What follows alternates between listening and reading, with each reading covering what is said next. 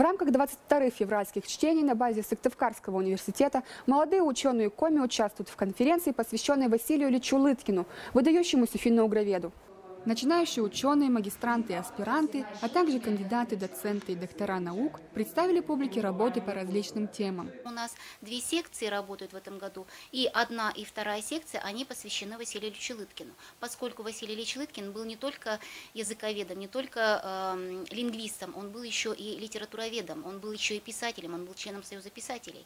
Поэтому у нас две секции, и тематика совершенно разная. Есть, конечно, основные доклады, которые будут посвящены Василию Ильичу Лыткину, его работам, его творчеству, его научной деятельности. Но и остальные доклады, они, конечно, посвящены различным проблемам, актуальным проблемам коми-лингвистики, либо коми-литературоведения.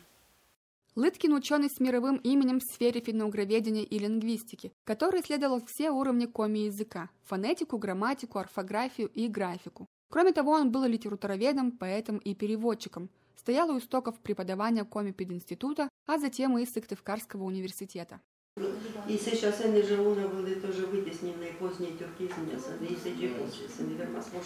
Теперь в этих стенах, где когда-то работал Лыткин, неравнодушные к науке читают доклады на темы куратоведения, сценического пространства пьес, родственности финно-угорских языков, функционирования языка коми в условиях билингвизма и другие.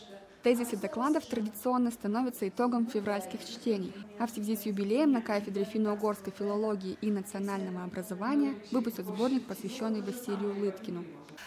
Это будет сборник, по-видимому, межрегиональный, будут разосланы еще информационные письма в другие вузы, научные организации, и я даже не сомневаюсь, что наши коллеги все откликнутся.